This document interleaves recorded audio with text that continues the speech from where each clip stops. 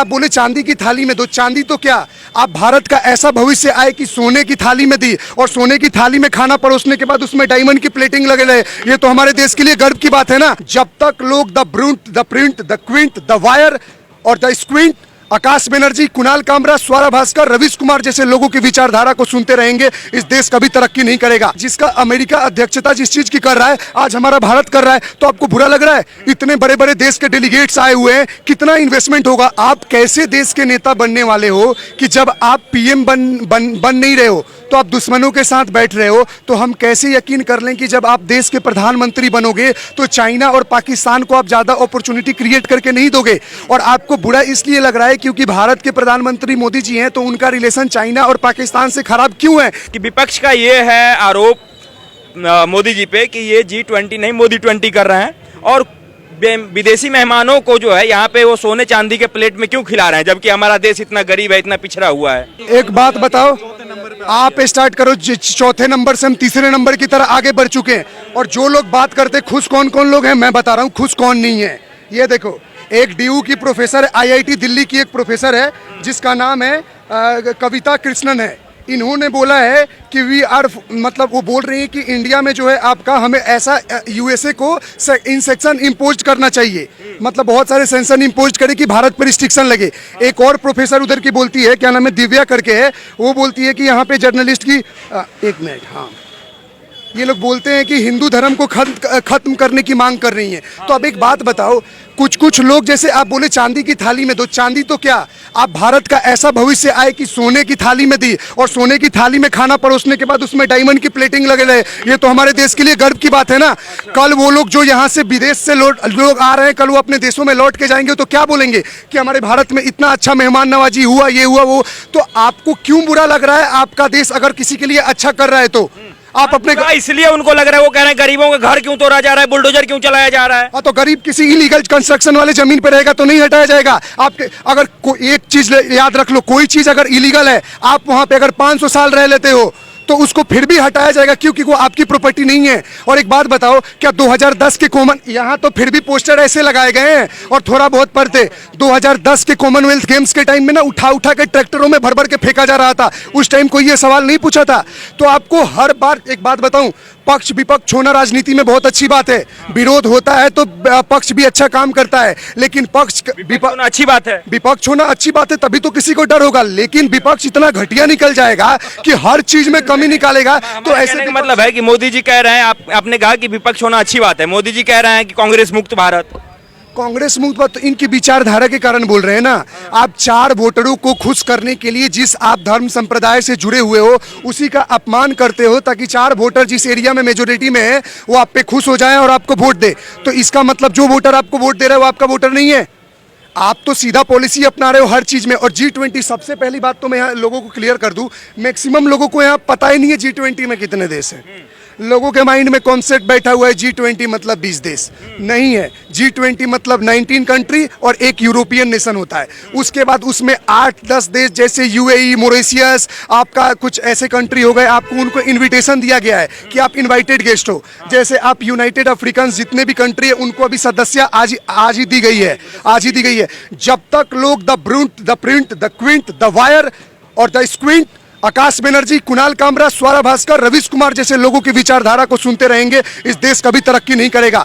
आप विरोध करो ना यार आप, लेकिन आप एक तो सोचो, आपके दरवाजे पे 20-20 देश आए हुए हैं, आप एक नेतृत्व कर रहे हो। यूनाइटेड बनने को 1999 में G20 बना था।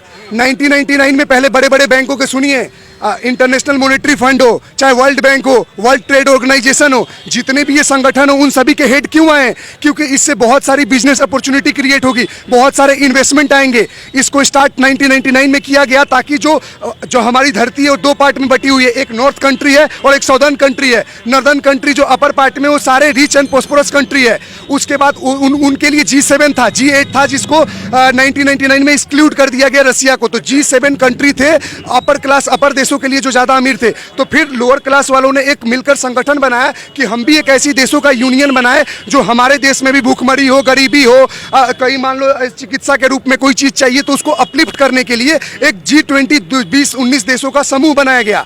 और उस समय के पहले तो गवर्नर और बड़े बड़े बैंकों के हेड आकर ऑर्गेनाइज कराते थे, लेकिन फर्स्ट टाइम 2008 में इसको अमेरिका ने एज ए ऑफिशियल वे में कंडक्ट कराया, ताकि सारे देशों के प्रतिनिधि को बुलाया गया, जिसके पीएम और प्रेसिडेंट जिस जिस कंट्री के थे वो आए, और तो वहां से अब सिलसिला चालू हो रहा है। तो आप सोचिए, जिसका अमेरिका अध्यक्षता जिस चीज की कर रहा है, आज हमारा भारत कर रहा है, तो आपको बुरा लग रहा है? इतने बड़े बड़े देश के डेलीगेट्स आए हुए हैं, कितना इन्वेस्टमेंट होगा। अब लोग बोलता है कि G20 का फायदा क्या है, मैं बताता हूं G20 का फायदा क्या है। इस पे वैचारिक रूप से चर्चा होगा, किस किस देशों को फाइनेंशियल कंडीशन दिया जाए, जिसको मजबूत करने के लिए, अपलिफ्ट करने के लिए। टेररिज्म पे डिस्कशन होगा, ह्यूमन ट्रैफिकिंग डिस्कशन होगा, ऑर्गन ट्रैफिकिंग पे डिस्कस होगा, क्राइम को कैसे रोकना, इस चीज पे होगा। तो ये सब मुद्दे नहीं है। मतलब मोदी जी 2 बोरा चावल आपके घर में फेंक दे तो आप खुश हो? मतलब इनोवेटिव काम से मतलब नहीं है, इंटेलेक्चुअल की तरह बात नहीं कर सकते हो, आपको डेवलपमेंट से कोई मतलब नहीं है, सिर्फ आपको मतलब है फ्री का मिल जाए, जो केजरीवाल की पॉलिसी। याद रखो, एक कहावत है, किसी भी देश को बर्बाद करना हो ना, तो उस देश में फ्री की राजनीति ला दो, वो देश अपने आप मर जाएगा। आप कह रहे हैं फ्री की राजनीति कर रहे हैं, लेकिन विपक्ष का कहना है कि मोदी जी कोई भी राजनीति ही नहीं कर रहे हैं ढंग का, इसलिए राहुल गांधी भी विदेश चले गए हैं और चाइना भी जो है वो आने से इनकार कर दिया, जो वहाँ का राष्ट्रपति है। अच्छा एक बात बताओ, और रसिया भी नहीं है, रसिया के प्रेसिडेंट तो वहाँ के वो हेड आए हुए जो उनको पुतिन के बाद जो है।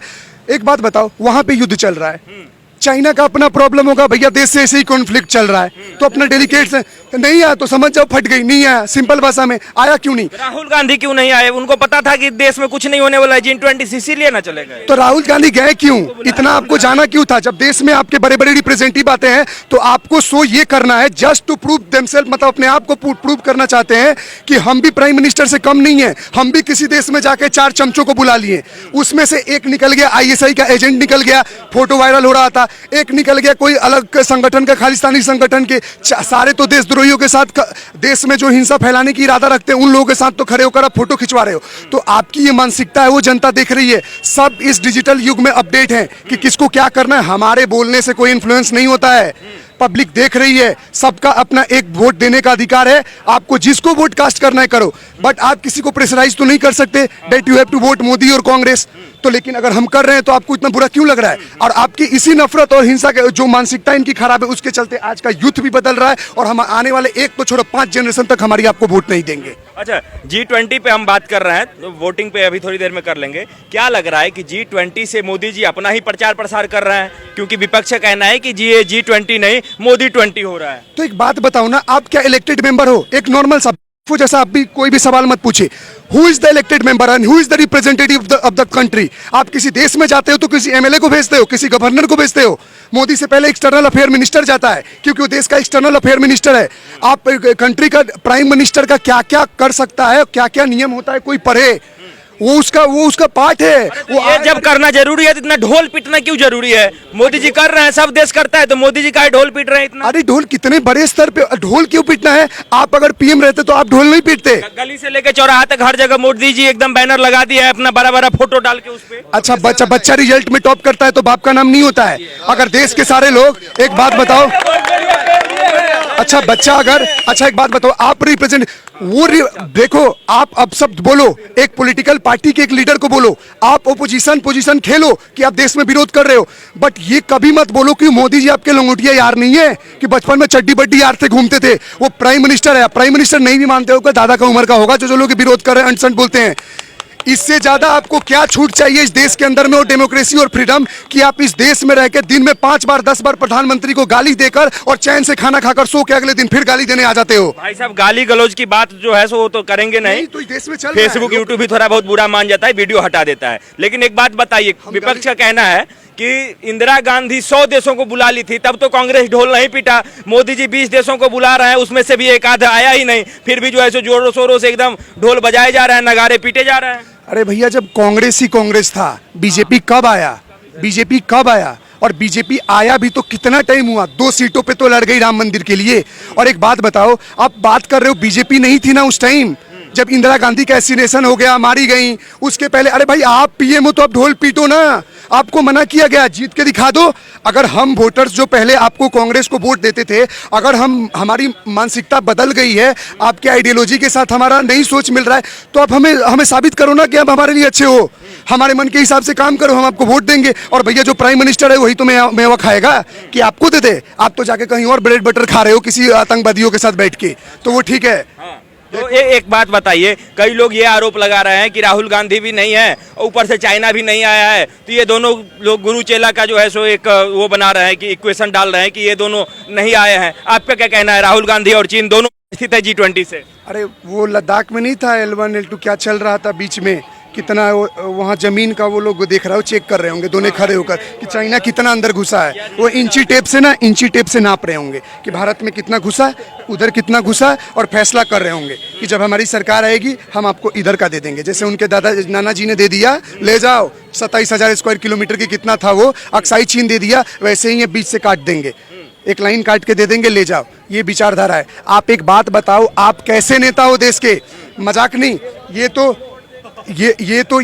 तो मैं तंज के वे में बोल दिया। और 55 साल का युवा होता है, दादाजी चाचा के उम्र के हैं वो। और दूसरी बात, आप एक बात सोचो, एज एजुकेटेड पर्सन मैं एक बात कर रहा हूं, आप एक बात बताओ, आप कैसे देश के नेता बनने वाले हो कि जब आप पीएम बन नहीं रहे हो तो आप दुश्मनों के साथ बैठ रहे हो? तो हम कैसे यकीन कर लें कि जब आप देश के प्रधानमंत्री बनोगे तो चाइना और पाकिस्तान को आप ज़्यादा अपॉर्चुनिटी क्रिएट करके नहीं दोगे?